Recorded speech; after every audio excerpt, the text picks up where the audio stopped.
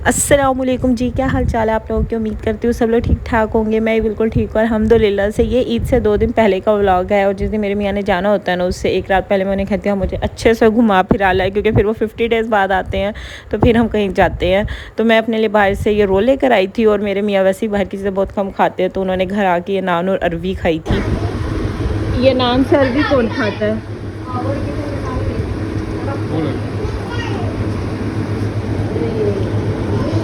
आज मैंने दोपहर में अरवी बनाई थी और मेरा शाम में खाने को दिल नहीं कर रहा था, तो फिर मैं अपने लिए से बाहर से ले आई थी। और मेरे मियाँ नहीं इतना शौक़ से खाते और उन्हें नान इतना पसंद है ना, रात के वक्त उन्हें नान फ्राई करके किसी भी सालन के साथ दे दो ना, वो बहुत शौक़ से खाते हैं। यहाँ से फिर नेक्स्ट डे का व्लॉग स्टार्ट होता है। वे यहाँ पे नाश्ता कर रहे थे और मैंने नाश्ते में सिर्फ ब्रेड और बटर लिया था और जो है अपने हस्बैंड को मैंने वो ऑमलेट बना दिया था। यहाँ पे फिर मैंने नाश्ता किया, अपना रूम की सेटिंग वगैरह की। वही हर रूटीन सुबह की वैसी स्टार्ट होती है जैसे कि आप सबकी होती है, नाश्ता करना, किचन समेटना, घर समेटना, अपना रूम समेटना, और फिर जो छोटे मोटे काम सबके होते हैं वो उसी तरह से रूटीन सबकी स्टार्ट हो जाती है। यहाँ पे भी आज मेरे हस्बैंड वापस जा रहे थे तो मैं उनके कपड़े जो है ना वो प्रेस करके उनके बैग में रखूँगी, ताकि फिर वो नेक्स्ट डे ड्यूटी पर जब जाएँ तो वो पहन लें। अब आप में से बहुत से लोग ये पूछेंगे आपके हस्बैंड ईद से पहले क्यों जा रहे हैं। एक्चुअली मेरे हस्बैंड को सिर्फ एक ईद अलाउ होती है और वो छोटी ईद पर आ चुके थे ऑलरेडी। आप सबको पता है मेरी बेटी की डेथ हुई थी, तो इस वजह से वो छोटी ईद पर इस दफ़ा इधर थे। तो बड़ी ईद पर उन्हें उनकी ड्यूटी है, तो इसलिए वो ईद से एक दिन पहले चले जाएंगे। तो ऑब्वियसली दुख तो होता है यार जाते हुए, क्योंकि शोहर के बगैर ना ईद बड़ी फीकी फीकी सी होती है, लेकिन कुछ मजबूरियाँ होती हैं इंसान की। अब वो होता है ना कि इंसान ने कमाना भी तो है ना, इसलिए इंसान को बहुत कुछ बेयर करना पड़ता है। यहाँ पे फिर मैं उनका लंच प्रिपेयर कर रही थी जो मैं उन्हें सफ़र के लिए देने लगी थी। मैं मोस्टली उन्हें सैंडविच देती हूँ डिफरेंट टाइप के बना के। आज मैं उनके लिए ग्रिल्ड सैंडविच बना रही थी। ब्रेड को मैंने जो है वो टोस्ट कर लिया था। उसके बाद ये एक सॉस बनाई थी, मायोनीज़, केचप, मस्टर्ड पाउडर, नमक, काली मिर्च की, वो स्प्रेड की। ये मैंने चिकन टिक्का बना कर जो है ना वो रखा हुआ था, उसके चंक्स मैं रख रही हूँ। फिर इसी के ऊपर जो है ना मैं एक और ब्रेड स्लाइस रख लूँगी। अगर आपके पास पूरा ब्रेस्ट फिले है ना तो आप उसे अच्छे से मैरिनेट करके वो रख दें। मेरे पास था नहीं, मेरे पास इस तरह से पीसेस थे, तो मैंने इस तरीके से ना चिकन टिक्का बना के ना वो रखा है। मेरे जो मियाँ हैं ना वो नहीं लेकर जाते रोटी या सालन वगैरह ना सफ़र में। उन्हें होता है कि मैं उन्हें कुछ डिफरेंट सी चीज़ें बना कर दूँ, वो शौक़ से ले जाते हैं। कभी मैं उन्हें टेंडर पॉप्स बना देती हूँ, फ्राइड चिकन बना देती हूँ, सैंडविचेस डिफरेंट टाइप के बना देती हूँ। तो वो इस टाइप की चीज़ें ना सफ़र में ज़्यादा शौक़ से खाते हैं। अब हर किसी की ना डिफरेंट चॉइस होती है। बस फिर मैंने फिर वो सॉस लगाई, एक ऑमलेट रखा। सब्ज़ी मैं कोई भी नहीं रखूँगी क्योंकि वो खाते नहीं हैं। थर्ड ब्रेड साइड से मैंने इसे कवर कर दिया और इस तरीके से सैंडविच जो है वो रेडी हो गया। आप इसे ईद पे भी बना के रख सकते हो सुबह नाश्ते के लिए। इस तरह से आप इसे फ़ोल्ड करके बटर पेपर में ये जो रैपिंग पेपर होता है उसमें आप फ़ोल्ड करके इसे रख दें फ्रिज में। ये फिर ख़राब नहीं होते। ये रैपिंग पेपर में इसलिए फ़ोल्ड करते हैं, इससे जो आपकी ब्रेड है ना वो फ्रेश सी रहती है।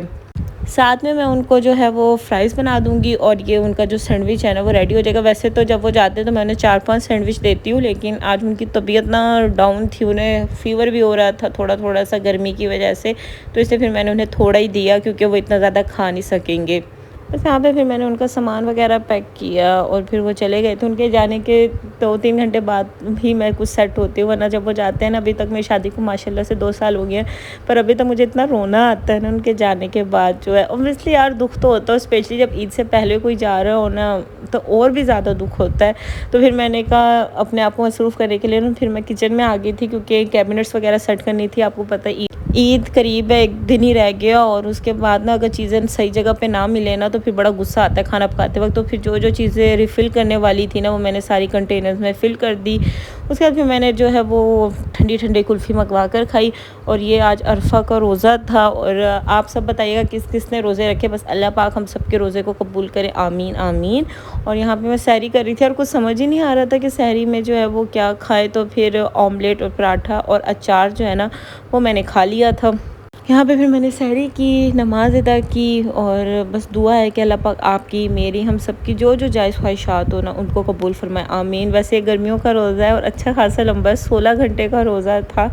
और अब मुझे यहाँ पे इतनी नींद आ रही थी ना कि मैंने नमाज़ पढ़ी फजर की और अब बस मैं नमाज़ पढ़कर जो है वो सो जाऊँगी। उसके बाद जो है अब ये दोपहर का टाइम था, मैं उठी और एक तो आज योम अरफा का रोज़ा भी है, साथ में फ्राइडे भी है, तो फ्राइडे को सूरह काफ जो है ना वो लाजमी पढ़नी चाहिए।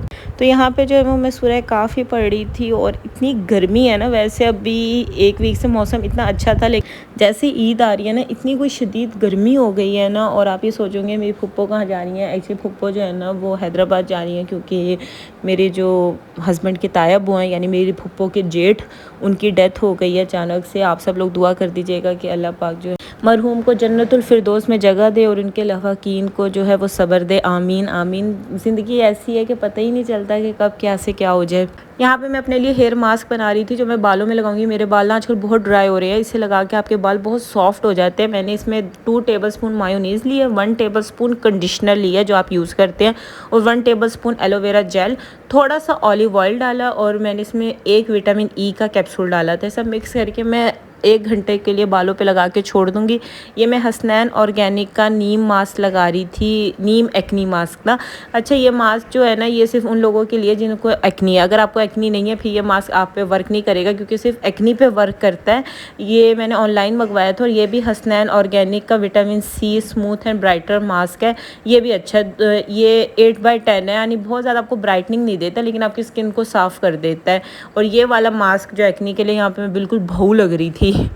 बस यहाँ पे जो है वो मैं फ़्रेश जो है वो होकर आ गई थी। उसके बाद फिर मैंने अपने रूम की जो है वो थोड़ी बहुत सेटिंग की। यहाँ पे आज जो है मासी से मशीन लगवाई थी, तो यहाँ पे जो है वो मैं अपने और अपने हस्बैंड के जो कपड़े हैं ना उन्हें तय करके रख लूँगी, क्योंकि कल वैसे भी ईद है, ताकि जितना भी काम हो ना वो मैक्सिमम जो है वो कंप्लीट हो जाए। आप लोग बताएं, आप लोगों ने जो है कपड़े बना लिए, जानवर ले लिया? क्योंकि इस ईद पर जो है वो कपड़ों से ज़्यादा ना जानवरों का होता है कि कुर्बानी का जानवर ले लो। बस अल्लाह पाक हम सबकी कुर्बानी को कबूल फरमाए, आमीन।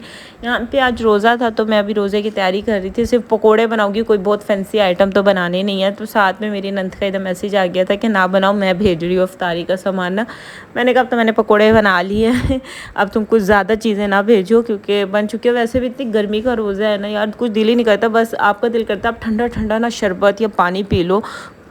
तो ये फिर उसने दही बल्ले भिजवा दिए थे, साथ में पकोड़े थे, साथ में शेक बना लिया था, लीमू की शिकंजी बना ली थी।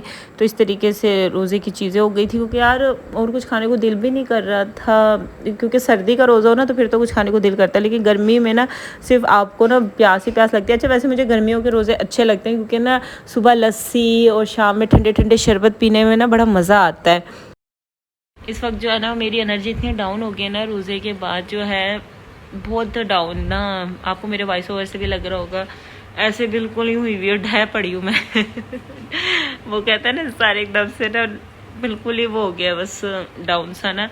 खैर, चांद रात आपको मुबारक हो। ऐसी इस ईद की इतनी चांद रात होती नहीं है जितनी छोटी ईद की होती है, लेकिन सर हमारे घर में आपको बड़ी खामोशी दिख रही होगी। वो इसलिए क्योंकि मेरे मियाँ भी चले गए हैं और फुप्पो भी गई हुई हैं ना। तो घर में सिर्फ मैं हूँ और मेरी नंद और उनके बच्चे हैं जो रह रहे हैं ना। और फुप्पो वैसे आ जाएंगी इंशाल्लाह, इरादा है उनका ईद के दूसरे दिन वो इंशाल्लाह पहुँच जाएंगी। तो बाकी अभी तो फ़िलहाल घर में इतना सन्नाटा हुआ हुआ ना। अभी मेरे मियाँ भी गए ना तो इतनी बोरियत सी हो रही है ना, बड़ी बोर सी ईद लग रही है ना।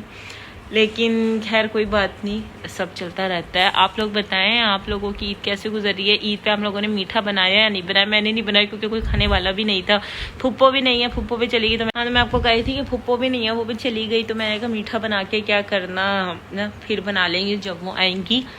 और मेहंदी बताइएगा हमें से कौन कौन लगाता है। एक्चुअली मैंने कोई मेहंदी नहीं लगाई भी, मैं नहीं लगाती मेहंदी, बहुत कम होता है मैं लगाती हूँ। फुप्पो मुझे ज़बरदस्ती लगवा देते हैं, लेकिन वैसे मैं नहीं लगाती, मुझे शौक नहीं है मेहंदी लगवाने का, मुझे पसंद भी नहीं है। और दूसरा इस ईद पर इतना काम होता है, मेहंदी लगाना ना मुझे फजूल लगता है, इंतहाई फीकी हो जाती है। हाँ, अगर मेरे मियाँ होते तो शायद मैं लगा भी लेती, लेकिन पर्सनली मेहंदी एक ऐसी चीज़ है जिसे लगा के मुझे कोई अफसोस नहीं होता, क्योंकि मुझे पसंद नहीं है। लेकिन बहुत से लोग बड़े शौक से लगवाते हैं, जैसे मेरी बहन, मेरी नंदे, वो बड़े शौक से लगाती है मेहंदी, बल्कि वो लगवा भी रही होंगी। तो खैर, उम्मीद है आज का व्लॉग आपको अच्छा लगा होगा। अब इंशाल्लाह आपसे नेक्स्ट वीडियो में मुलाकात होगी। और जो ईद की रेसिपीज़ का कह रहे थे मैंने आपके लिए कुछ न्यू रेसिपीज़ सोच के रखी है, मैं इंशाल्लाह रेसिपी शेयर करूँगी। आप गोश्त संभाल के रखिएगा अपना। तो चलिए, जब आपसे नेक्स्ट वीडियो में मुलाकात होगी। अल्लाह हाफिज़।